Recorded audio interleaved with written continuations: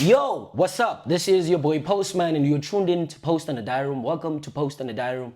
And as you may know, every day is a good day to get a delivery from the postman. And of course, if this is your very first time tuning in, please kindly like, share, subscribe, comment, do whatever is necessary to engage with the content. And this is a very special review to me. Yes, every review should be special to me because yes, I deliver this content. I hope you enjoy it because Wordz and Mashbeatz continue their momentous run right into a project titled Only the Brave. Now, this is a new project from Wordz as well as Mashbeatz, but in as far as Mashbeatz is concerned, it's not the first time he does something like this. And what I mean something like this is because this project more or less leans on the more collaborative side of things. This is the producer slash rapper type collaboration, and Mashbeatz has done it before. He's done it with A-Reese on Fire in the Water as well as Tato Soul on If You Know, You Know. So if you know Mashbeatz, this is not his first rodeo, so he more or less knows what he's doing in this very respective front.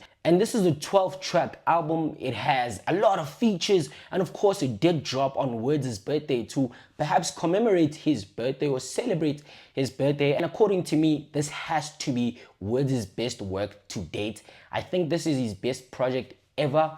Importantly for me, this project more or less stands alone in as far as Wordz' entire catalog is concerned, because I think that intro for me put a lot of things into perspective, because this is where Wordz now centers himself as this very assertive figure and someone that you don't really want to fuck with. And this is where he ultimately introduces his new villain arc. He cites a lot of growth as well as a shift in responsibility on the song Family to Feed.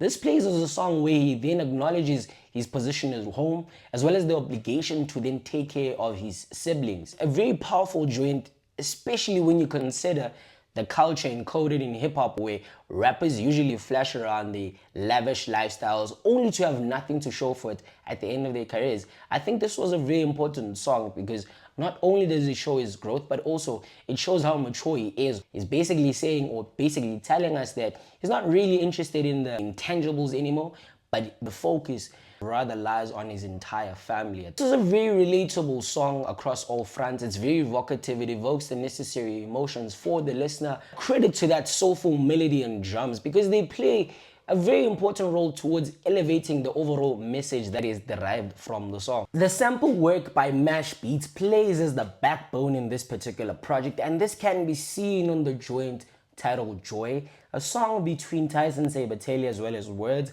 And in turn, this song may have heightened the calls between the two gentlemen to then lock in for the long-awaited collab project since coming together for the joint Laundry Day 1 as well as 2, now for the single titled Joy. And I must say, I was not really impressed by the collaboration in Laundry Day 2, but the chemistry that they displayed on this particular joint brings us here. But I must also mention that this is a rap song. This is a pretty much rap joint where these niggas are actually cutting in on each other. So more of a scathing rap song filled with a lot of these rapper-like bars such as "Flow so sick, we stopped COVID," that took it to the chest like soccer maybe, adding emphasis on the footballing technique known as the chest trap. I truly love the play around in the loops as well as the guitar strings that are found on the song Brand New Shit, and pretty much top class execution by Wordz, because this is pretty much a joint that you could play whenever you touch bread, or maybe a song that probably can hype you up. I think this plays as more of a hype song, or even maybe when you're trying to remind yourself that you are the shit. Everything that Wordz was saying, he actually felt effortlessly cool. But in hindsight, he then furthermore on the same song makes the illusion that his old catalog didn't make him much, but his new, recent, current catalog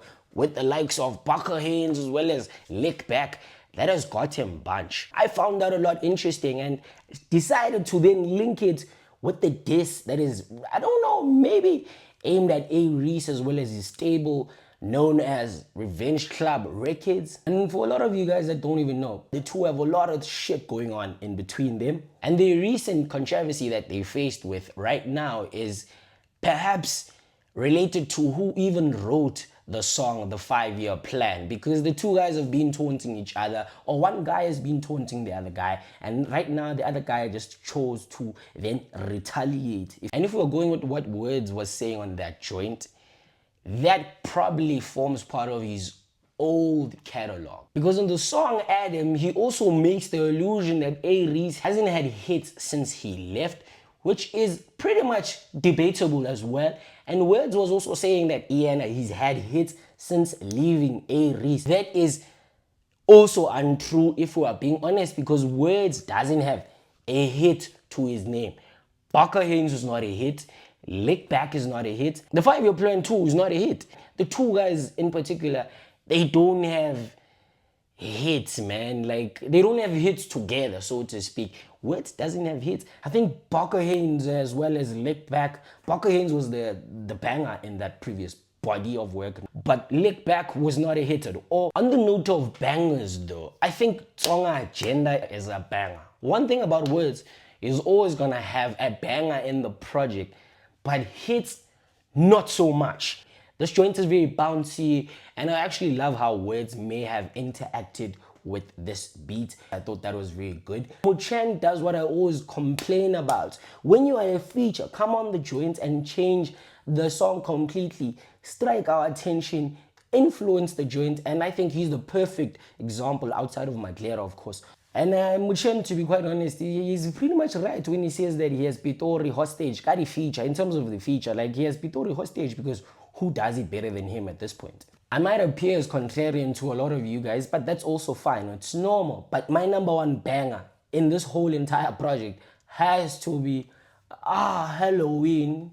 Halloween that features Kakapan, Sasti, as well as La Cabra, and as well as 25K. Oh, what a joint. Credit to Wordz as well as Mashbeatz for calling up Sasti as well as La Cabra on this particular joint. I enjoyed the performance throughout. I thought they were really, really amazing. Showed up and had a great performance. They showed off and perhaps even showcased their artistic chemistry that they shared together as a duo. And I think those are the perks of just doing music together with someone. And it's pretty much clear that the notable names from the Quellas seem to be getting a lot better in as far as the pen game is concerned, in as far as how they even approach joints, how they deliver their performances on joints.